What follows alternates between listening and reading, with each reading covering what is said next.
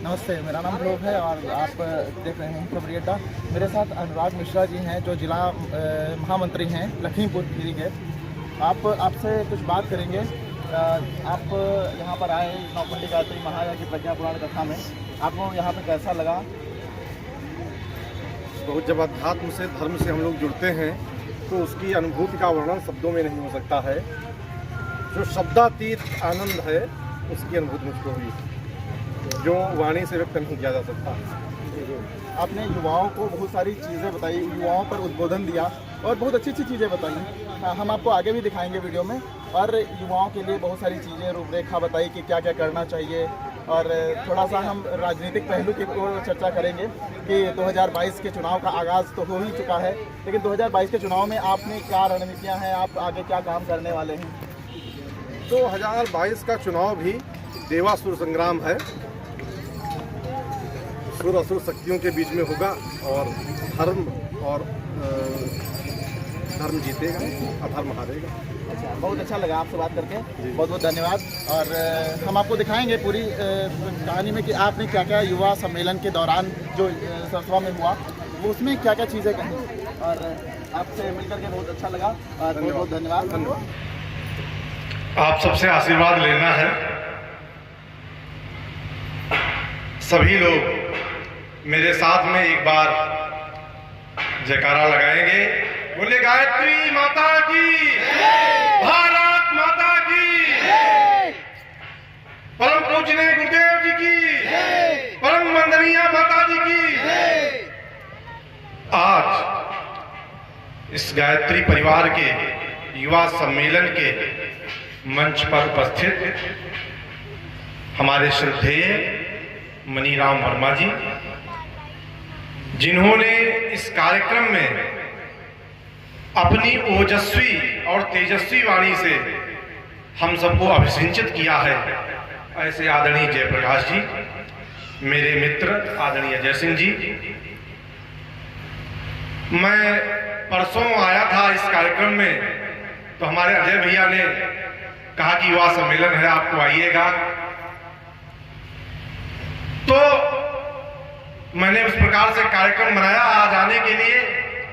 और जिस प्रकार से आदरणीय गंगासागर वर्मा जी बोल रहे थे, आपने बताया कि जो संक्रांति है स्वयं से किस प्रकार से शादी में, विवाह में, अपने जीवन में आप लोगों ने प्रारंभ की है। और ये युग परिवर्तन का संकेत है कि युग परिवर्तित होगा और भारत देश पुनः उसी स्थान पर आसीन होगा जैसे पहले कभी था।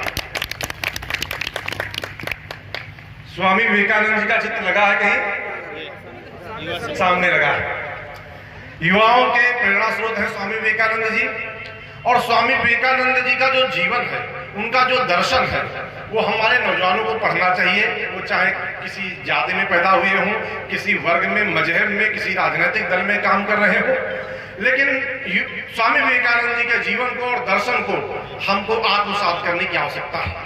स्वामी विवेकानंद जी ने कहा था कि हमारी माताएं बहनें अपने बच्चों को कहानियां सुनाती हैं। उस कहानी में सुनाती कि एक राक्षस था बहुत बड़ा, और उस राक्षस के प्राण एक चिड़िया में थे। उस चिड़िया को जो मार देता तो राक्षस मर जाता।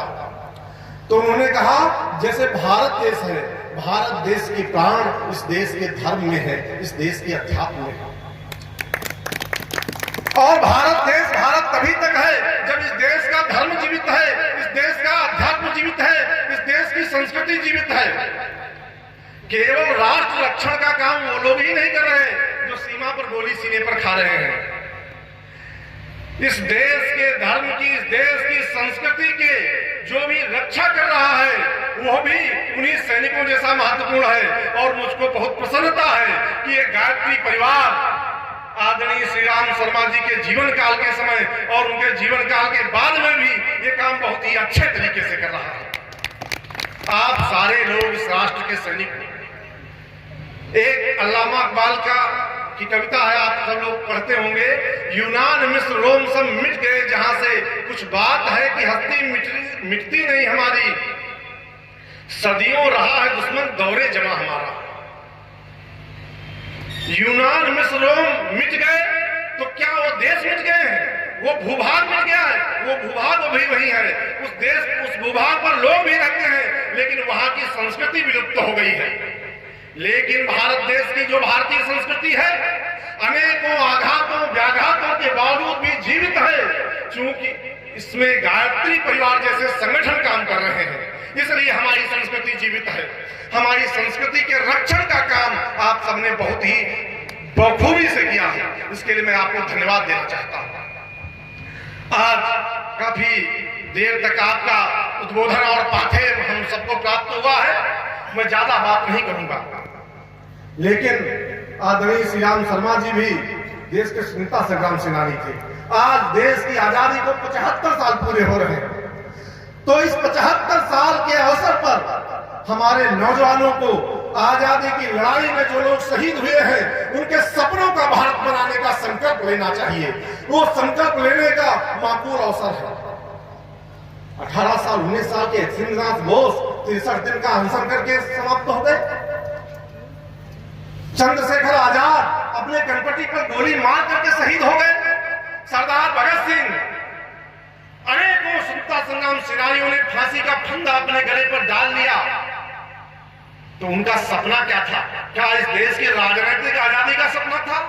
उन्होंने सपना देखा था कि इस देश की शिक्षा व्यवस्था अच्छी हो, इस देश की संस्कृति ऋषि और कृषि प्रधान संस्कृति है,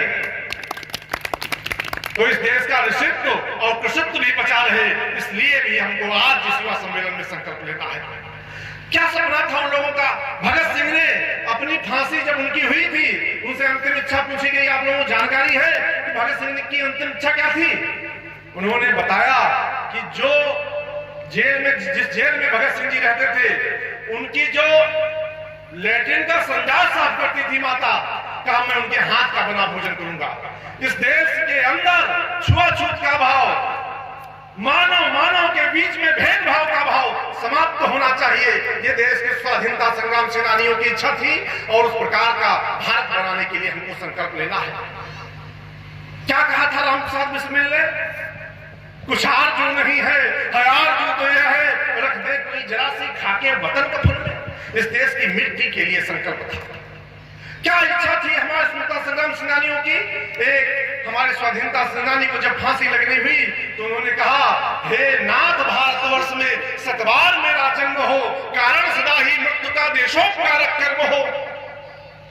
तो जिन इच्छाओं को लेकर के हमारे स्वाधीनता संग्राम सेनानियों ने अपना बलिदान किया इस देश के लिए, वैसे भारत का संकल्प लेना है और उस भारत के लिए अपने जीवन की बाजी को लगाना है, जीवन की बाली को लगाना है। आज युवा सम्मेलन में हमको ये संदेश लेकर के जाना है। स्वामी विवेकानंद जी ने कहा था, life is too short to live it great cause. जीवन जीने के लिए बहुत कम है, इसको महान उद्देश्य के लिए समर्पित करो। और आपने बताया जब महान उद्देश्य के लिए जीवन समर्पित हो जाता है तो बहुत बड़ी बड़ी उपलब्धियां हमारे खाते में आती हैं। आपने चर्चा की, पर्यावरण की चर्चा की, बहुत सारी चीजों की चर्चा की, तो क्यों भारत में अच्छा था, क्यों स्वच्छ था? लोग हमने नदियों को मां माना, हमने वृक्षों की पूजा की, और हमारी ईसावास उपनिषद में कहा गया है, ईसावास सर्वम्यत किम जगत के हम जगत तेन भुंजी धामा के था धर्म। ईश्वर का बनाया हुआ जो कुछ भी संसार में है उसका हम त्याग पूर्वक करें। त्याग हमारी संस्कृति थी। और हमारे जो रोल मॉडल, आपने कहा रोल मॉडल कौन है? जिन्होंने त्याग किया। भरत ने त्याग किया, भगवान राम ने राज्य का त्याग किया, भामा साहब ने अपने धन का त्याग किया। ऐसे लोग हमारा रोल मॉडल है। महाराणा प्रताप ने अधीनता नहीं स्वीकार की, अपने राज्य का त्याग किया। ऐसे लोग हमारा रोल मॉडल है। ऐसे लोग ही हमारा रोल मॉडल हो सकते हैं।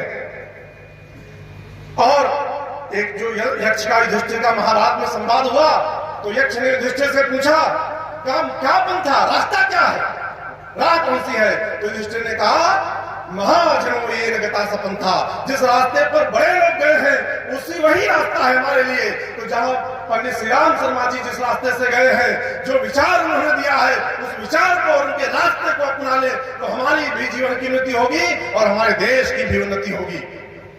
बहनों भाइयों, बहुत समय इस कार्यक्रम को हो गया है।